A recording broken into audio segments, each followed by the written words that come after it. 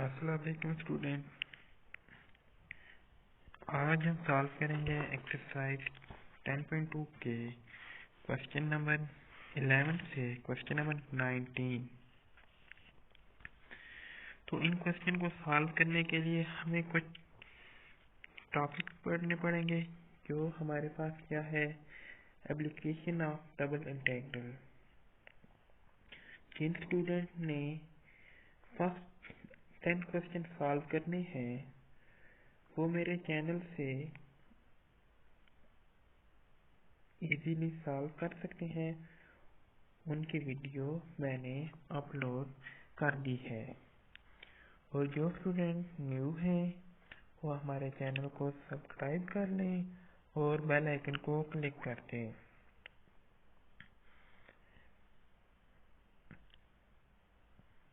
इससे पहले हम 10.2 के फर्स्ट 10 क्वेश्चन सॉल्व कर चुके हैं। आज हम सॉल्व करेंगे क्वेश्चन नंबर 11। क्वेश्चन नंबर 11 को सॉल्व करने के लिए हमें पहले क्या चाहिए, हमें ये जानना ज़रूरी है कि सेंटर ऑफ ग्रेविटी क्या होती है, मास क्या होता है, और हमारे पास moment of inertia about X axis क्या होता है, और moment of inertia about Y axis क्या होता है, और moment of inertia about the origin क्या होता है। इसके लिए हमें एप्लीकेशन ऑफ डबल इंटीग्रल को स्टडी करना होगा। इसके लिए हमें डबल इंटीग्रल को स्टडी करना होगा, इसकी एप्लीकेशन को, इसके इस्तेमाल को। तो आज हम स्टडी कर रहे हैं एप्लीकेशन ऑफ डबल इंटीग्रल। ये हमारे पास बुक पे टॉपिक नंबर क्या है, 10.6 है। ये हम स्टडी कर रहे हैं SM यूसुफ की book calculus with analytical geometry by SM Yusuf. Page number क्या है हमारे पास, 466 है। हम स्टडी कर रहे हैं टॉपिक नंबर 10.6 है।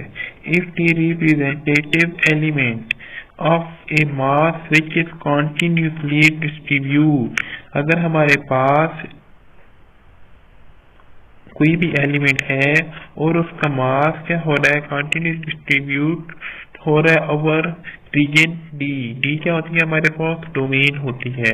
Of the X Y plane is taken to be, DM हमारे पास क्या होगा, डीएम हमारे पास क्या होगा, delta X of Y D Y D X. तो हमारे पास हमें पता है कि dy और dx हमारे पास किसके इक्वल होता है, dy dx हमारे पास dA की इक्वल होता है। और हमारे पास यहाँ पे डेल्टा एक्स वाई क्या है, हमारे पास डेल्टा एक्स वाई हमारे पास डेंसिटी है एक पॉइंट एक्स वाई के ऊपर ऑफ डी उस डोमेन में।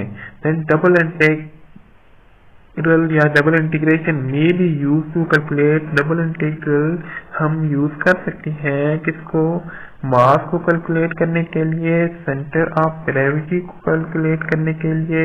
अच्छा, सेंटर ऑफ ग्रेविटी क्या हमारे पास, X bar equal to double integral X into density D A. Density क्योंकि हमें पढ़ा है कि डेल्टा एक्स वाई क्या हमारे पास डेंसिटी है। इसी तरह हमारे पास डिवाइड में टर्म क्या आ जाएगी, delta x Y D A, और वाई का बार जो कि हमारे पास पॉइंट होगा वो क्या होगा, सेंटर ऑफ ग्रेविटी। वाई के लिहाज से हम चेक करेंगे तो क्या आएगा, double integral Y delta x Y D A over delta x Y D A. Application of double integral हम स्टडी कर रहे हैं।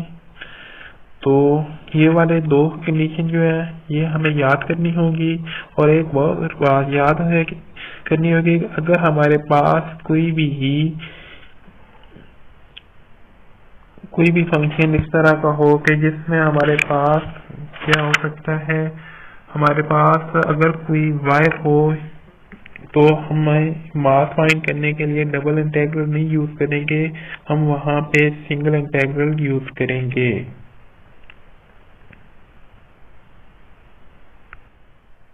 हमारे पास मास का क्या फार्मूला होगा, double integral delta x Y D A.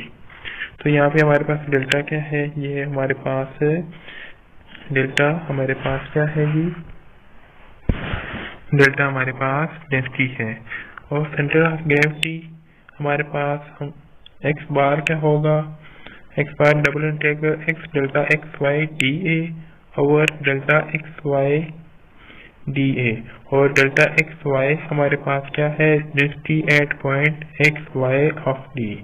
Similarly हमारे पास वाई क्या होगा, वाई बार, तो double integral Y delta x Y D A over delta x Y D A. तो मैंने आपको बताया कि अगर हमारे पास कोई फंक्शन इन वायर की फॉर्म में होगा या रॉड की फॉर्म में होगा तो हम उसका मास कैसे फाइंड करेंगे, सिंगल इंटीग्रल की मदद से। तो सिंगल इंटीग्रल क्या होगा, हमारे पास मास इक्वल टू, यहाँ पे हमने लेमडा डी एस लिखा हुआ है। लेमडा क्या हमारे पास डेंसिटी है यहाँ पे, और डी एस क्या हमारे पास स्मॉल एलिमेंट है। डी एस क्या है हमारे पास यहाँ पे स्मॉल एलिमेंट है, ये वाली बात।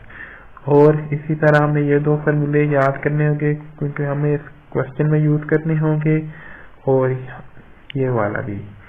नेक्स्ट हमारे पास क्या है जी, moment of inertia about X axis के ऊपर होगा तो हमारे पास आई ऑफ एक्स क्या आ जाएगा, moment of inertia x axis के ऊपर होगा तो हमें क्या क्या फॉर्मूला होगा, y square delta x Y D A. तो यहाँ पे भी हमारे पास डेल्टा एक्स वाई क्या है, डेंसिटी है, और हमें पता है कि डी ए हमारे पास किसके इक्वल है, डी एक्स डी वाई, ये वाला फंक्शन डी एक्स, और साथ हमारे पास डी वाई है किसके इक्वल है, हमारे पास डी ए के इक्वल है।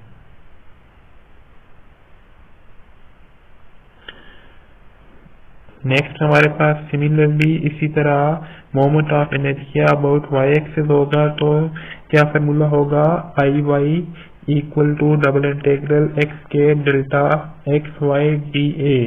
फर्क क्या इनमें कि जिस फंक्शन में हमारे पास एक्स है वो मोमेंट ऑफ इनर्शिया जो एक्स होगा उसके साथ ही आ रहा है हमारे पास वाई स्क्वायर आ रहा है, और जो मोमेंट ऑफ इनर्शिया हमारे पास वाई एक्सिस के ऊपर है वहां पे क्या आ रहा है, हमारे पास एक्स स्क्वायर आ रहा है यहाँ पे। इसको याद करना कोई मुश्किल नहीं है। नेक्स्ट हमारे पास moment of inertia about origin, कैसे हमने फाइंड करना है कि polar moment of inertia about origin क्या होगा कि हम दोनों को सम कर देंगे, दोनों को सम कर दे तो हमारे पास क्या आ जाएगा, x square plus y square delta x Y D A.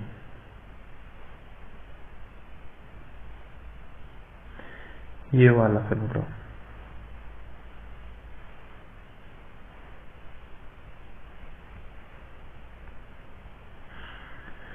Next क्या है हमारे पास, अगर हमारे पास, चलिए ये बात बाद में हम डिस्कस करेंगे।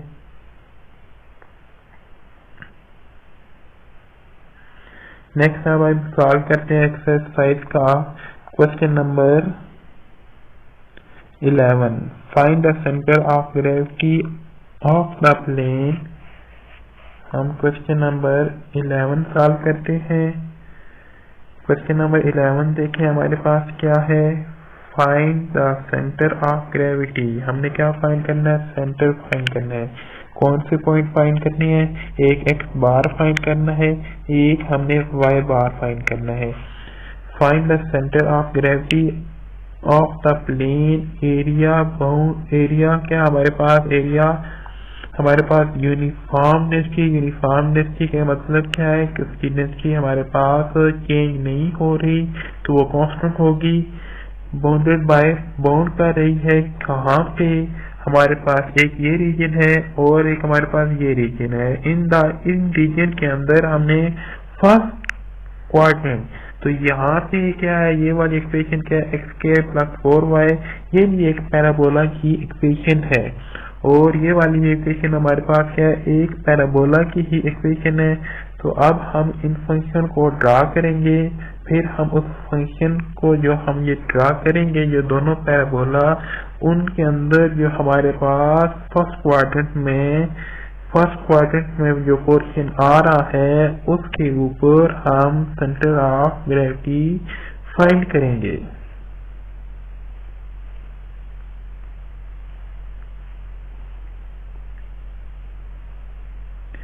चलिए सॉल्यूशन देखते हैं इस क्वेश्चन का। क्वेश्चन में देखें कि मेरे पास एक फर्स्ट पैराबोला था। फर्स्ट पैराबोला क्या था मेरे पास, देख लें, मेरे पास first parabola X square equal to 4y था। ये वाला इक्वेशन जो x square equal to 4y, इससे मैंने ड्रा किया है। फिर मैंने 8y equal to x square plus 16 को ड्रा किया है।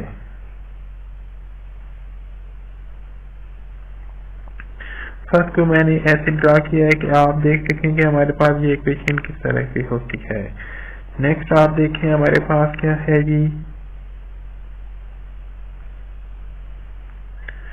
नेक्स्ट पे मैंने आपके लिए दूसरी इक्वेशन ड्रा किया है जो कि हमारे पास क्या है, 8y equal to x square plus 16। तो इसको मैंने ड्रा, ये वाली कुछ ये इस तरह का पैराबोला बनेगा, ये वाला, ये जो है मैंने सेकंड ड्रा किया है। अब मैं क्या करूंगा, इन दोनों को एक ही रीजन पे ड्रा करूंगा। ये जस्ट मैंने आपको समझाने के लिए किया है कि ये किस तरह के दोनों पैराबोला हैं। आपने करना क्या है, हमने सिर्फ जो काम करना है हमने इस फिगर के ऊपर करना है। अब देखें कि मेरे पास क्या है जी, ये वाला एक एक्स एक्सिस है, ये एक्स एक्सिस है, ये वाई एक्सिस है मेरे पास। तो ये जो पहला पैराबोला था मेरे पास वो है, और ये दूसरा पैराबोला मैंने जो ड्रा किया है। अब हमने रीजन ये वाला फाइंड करना है। इस रीजन को फाइंड करने के लिए मैंने इसकी लिमिट फाइंड करनी होगी। इसकी लिमिट तो हमें ऐसे नहीं पता चल रहा है कि ये वाला पॉइंट भी हमें नहीं मालूम कौन सा पॉइंट है। यहाँ पे तो मैंने लिखा है 4 वो सॉल्व करके लिखा है, और यहाँ वाला पॉइंट भी मैंने -4 और 4 कैसे निकाला है, आइए मैं आपको बताता हूँ कि हमने ये पॉइंट कैसे निकाले हैं।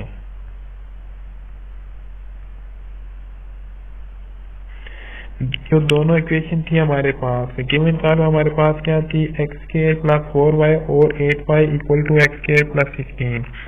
इन दोनों कर्व को मैंने क्या किया, सॉल्व किया है।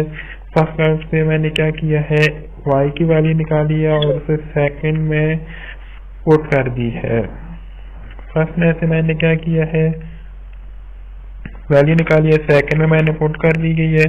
तो यहाँ से मेरे पास क्या आ जाएगा, 2x स्क्वायर इक्वल टू यहाँ पे स्टेक है, यहाँ पे x स्क्वायर है, यहाँ पे x स्क्वायर है। तो यहाँ से मेरे पास क्या आ जाएगा, x square plus x square equal to 16 आ जाएगा। स्क्वायर रूट लूंगा तो मेरे पास ये वैल्यू आ जाएगी। अब मैंने क्या फाइंड करना है, मैंने x बार फाइंड करना है। तो उससे पहले x बार का क्या फॉर्मूला है मेरे पास, x ये। अच्छा अब एक और बात देख लें कि हमारे पास क्वेश्चन में क्या है कि जो डेंसिटी है वो यूनिफॉर्म है। तो मतलब कि यहाँ वाली ये वाली जो डेंसिटी है, ये वाली और ये वाली दोनों डेंसिटी है तो यूनिफॉर्म है, तो फिर कांस्टेंट होगी। तो कांस्टेंट कोई भी नंबर हो सकता है, तो उसे हम क्या कहेंगे,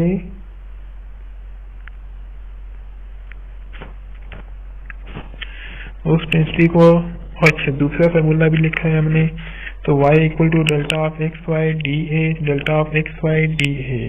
तो जो मैं डेंसिटी की बात कर रहा हूँ, डेंसिटी हमारे पास क्या होगी, ये वाली डेंसिटी जो होगी और ये वाली ये कांस्टेंट होगी। तो हम इसको कांस्टेंट को इंटीग्रेशन से बाहर निकाल सकते हैं।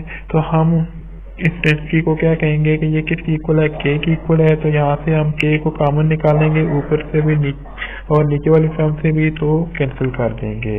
इसी तरह हम सेकंड y बार वाले क्वेश्चन में भी ऐसे ही करेंगे।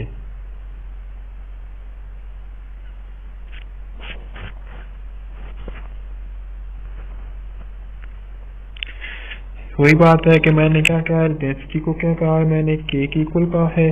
अब देखें हमने लिमिट कौन सी फाइंड करनी थी, हमारे पास जो आंसर आया था ये वाला x की।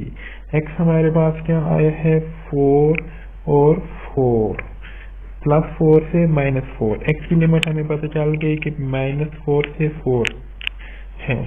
और अब हमने y की लिमिट, अब y की लिमिट कैसे निकालनी है? अब देखें कि हमारे पास ये जो कर्व है, हमने क्या करना है कि फर्स्ट क्वाड्रेंट में फाइंड करनी है। तो फर्स्ट में आप देखें कि हमारे पास ये वाले रीजन हमने फाइंड करना है, ये वाला, ये रीजन फाइंड करना है। तो यहाँ पे हमारे पास x की लिमिट 0 से 4 होगी। हम यहाँ पे -4 आता तो है, मगर हमने रीजन कौन सा देखना है? फर्स्ट क्वाड्रेंट वाला।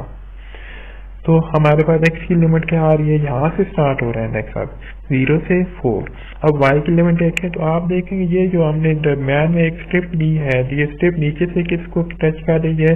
y = x²/2, और ऊपर से किसको टच कर रही है? हमारे पास y = x² + 2। तो ये क्या है? हमारे पास y की लिमिट है। हम बाकी क्वेश्चन में पहले ये सॉल्व करते आ रहे हैं, ऐसी ही लिमिट फाइंड कर रहे हैं। अब हमारे पास y की भी लिमिट मौजूद है और x की भी लिमिट मौजूद है।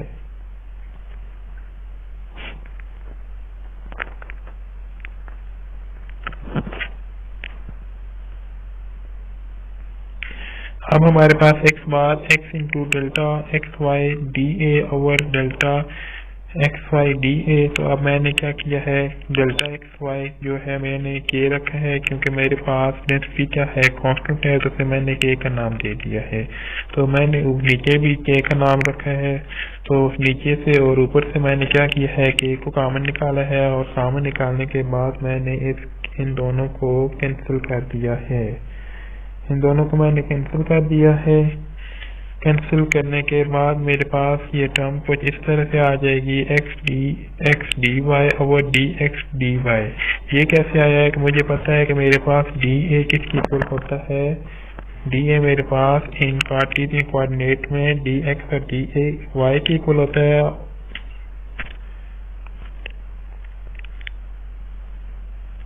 अब मैंने इसमें क्या किया है, x बार मेरे पास इस तरह आ जाएगा। अब यहाँ से देखकर तो मैंने लिमिट पुट कर दी है। हमें पता है कि हमारे पास ये वाली लिमिट किसकी होती है? ये अगर डोमेन dy है तो ये वाली इंटीग्रेशन की लिमिट कौन सी होगी? dy की होगी।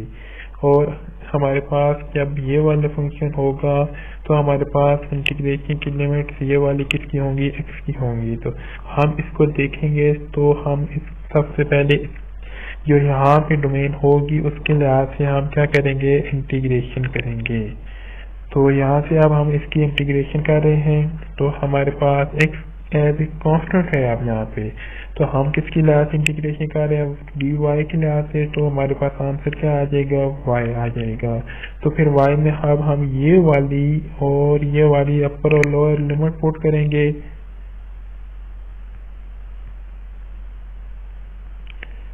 ये अब हम इसमें अपर और लोअर लिमिट पुट करेंगे। तो देखें, मैंने आपको बताया कि सबसे पहले हम इंटीग्रेशन करेंगे। तो मेरे पास ये डिवाइड में भी टर्म इसी तरह आएगी, क्योंकि डिवाइड में हमारे पास यहाँ पे क्या 1 है, तो वो क्या हो जाएगा? dy और dx आ जाएगा। नेक्स्ट स्टेप में हमने इसकी इंटीग्रेशन की है, तो dy की इंटीग्रेशन हमारे पास y आ जाएगी, और अवन में भी हमारे पास y आ जाएगा, और dx हमारे पास ये टर्म इसी तरह आ जाएगी। नेक्स्ट स्टेप में अब हम क्या करेंगे? इसकी अपर और लोअर लिमिट पुट करेंगे। अपर और लोअर लिमिट हमने किस में पुट करनी है? हमने y की जगह पुट करनी है, इस y की जगह, और इधर इस y की जगह। x as it is constant ही रहेगा हमारे पास।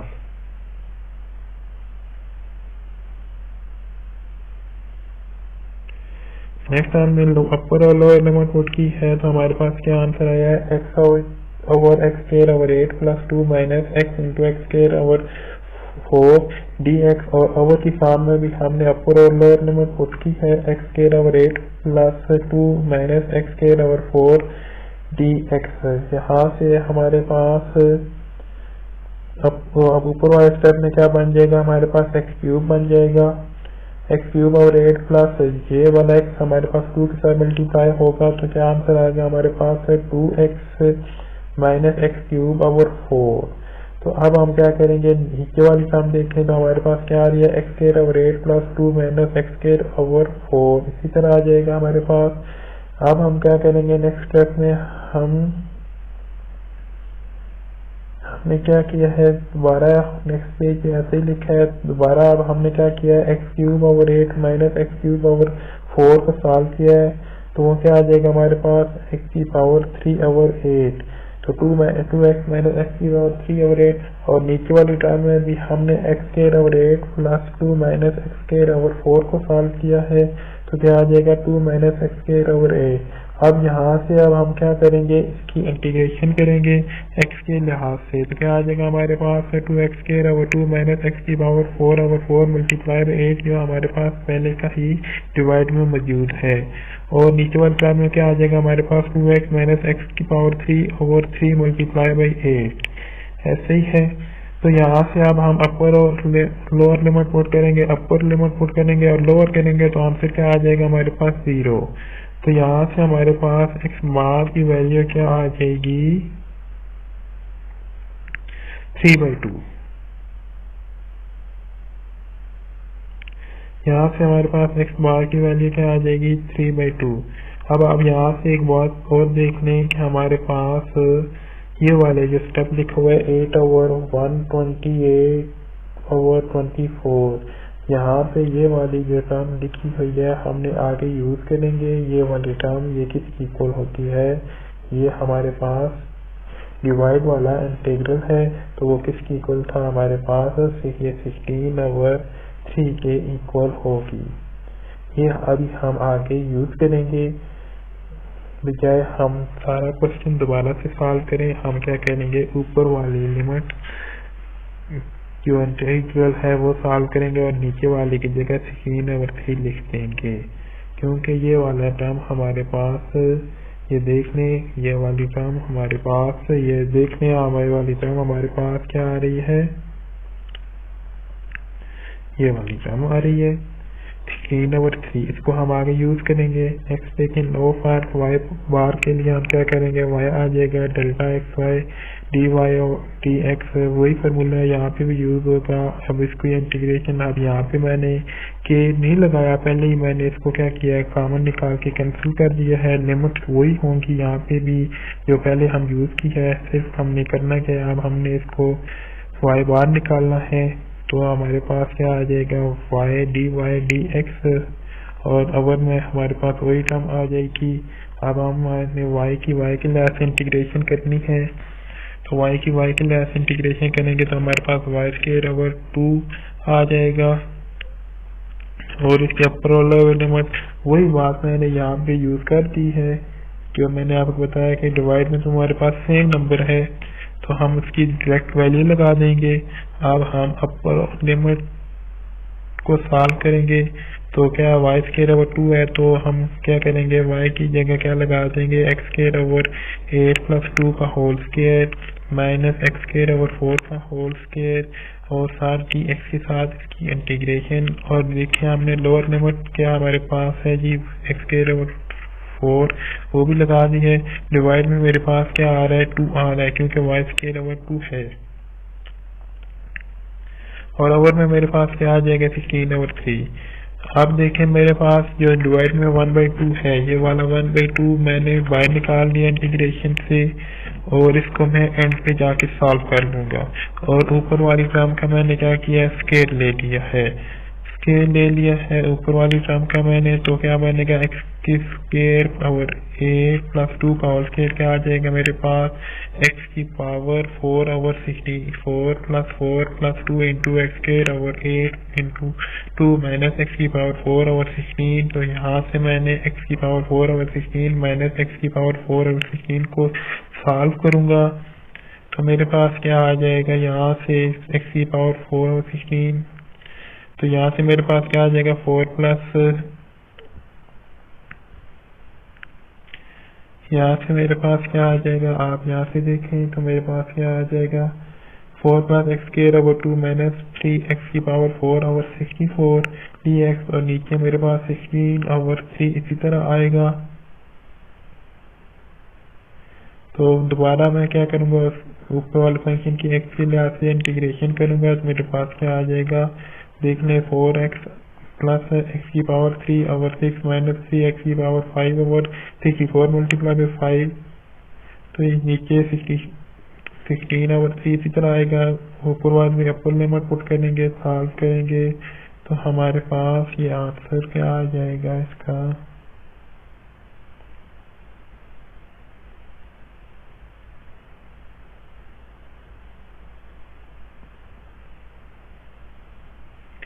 सिंपल आपने कैंसिल करना है, एलसीएम लेना है। अब 3072 है, 3072 है और 320 है, तो हम इसको 4 पे डिवाइड करेंगे, ऊपर वाली टर्म को भी और नीचे वाली को। फिर दोबारा हम इसको 4 पे डिवाइड करेंगे तो हमारे पास 192/20 आ जाएगा।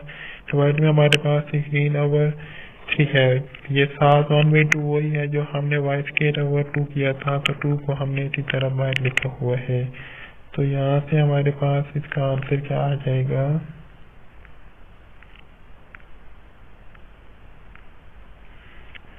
y बार हमारे पास क्या आ जाएगा। यहाँ से देखा y बार 1/2, 256 और 15, 16/3 आ जाएगा। तो यहाँ से हम नीचे वाली टर्म को ऊपर ले आएंगे, कैंसिल करेंगे तो हमारे पास आंसर क्या आ जाएगा 8/5। सेंटर ऑफ ग्रेविटी ये क्या आ जाएगा हमारे पास, x बार और y बार क्या आ जाएंगे 3/2, 8/5।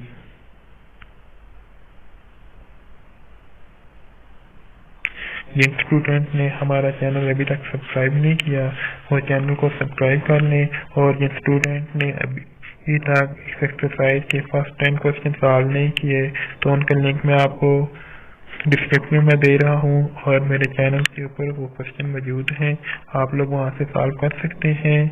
और जिन क्वेश्चन को कोई भी कहीं से भी मैथमेटिक्स में SM यूसेस की book, calculus with analytical geometry और मैथमेटिकल मेथड की बुक और MSc के किसी भी कोर्स में कोई भी प्रॉब्लम है तो आप कमेंट में पूछ सकते हैं। चैनल को सब्सक्राइब कर दें और बेल आइकन को क्लिक कर दें। अल्लाह हाफिज।